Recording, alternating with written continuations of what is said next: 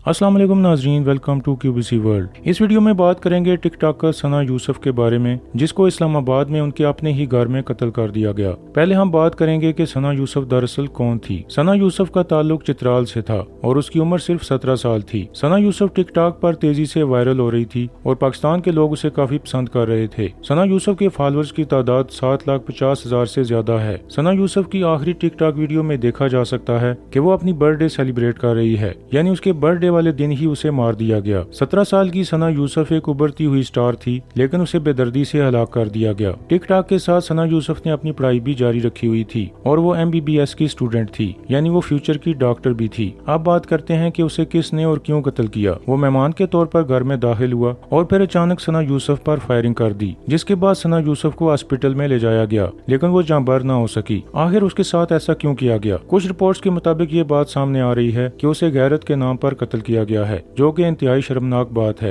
यह सना यूसुफ की personal life थी और वो एक आजाद मुल्क में रह रही थी, जहां वो अपनी मर्जी से टिक टॉक या किसी भी सोशल मीडिया ऐप पर वीडियोस पोस्ट करने का पूरा हक रखती थी। लेकिन शायद किसी को उसकी कामयाबी अच्छी नहीं लग रही थी। जैसे ही उसके फॉलोअर्स की तादाद तेजी से बढ़ना शुरू हुई, उसे गोलियां मार दी गयी। सना यूसुफ पर जब गोलियां चलाई गयी तो उस वक्त घर में और भी मेहमान मौजूद थे, क्योंकि आज उसकी बर्थडे थी। रिपोर्ट्स के मुताबिक पुलिस ने सना यूसुफ के घर वालों के बयानात नोट करके तफ्तीश शुरू कर दी है। अब तफ्तीश के बाद मजीद चीजें वाज़ेह होंगी कि आखिर ये वाकया कैसे और क्यों रूनुमा हुआ। इससे पहले भी पाकिस्तान में ऐसे वाकयात हो चुके हैं, जिसमें खवातीन को बाद दफा गैरत के नाम पर और बाद दफा किसी और वजह से कत्ल कर दिया जाता है। लेकिन इस बार ये वाकया पाकिस्तान के दारुल हुकूमत इस्लामाबाद में पेश आया, जो कि एक इंतहाई तशवीशनाक बात है, क्योंकि इस खबर को इंटरनेशनल मीडिया भी कवर करेगा और ये पाकिस्तान के लिए शर्मिंदगी का बायस बनेगा। हालांकि ऐसी सोच रखने वालों की तादाद तो बहुत कम होती है, लेकिन ऐसे वाकयात मुल्क की बदनामी का बायस बनते हैं। अब कानून नाफिज करने वाले इदारों के लिए ये एक अहम टेस्ट केस होगा। इस केस के मुजरिम को सख्त सजा देकर वो इसे मिसाल बना सकते हैं, ताकि इस तरह की सोच रखने वाले मजीद लोग भी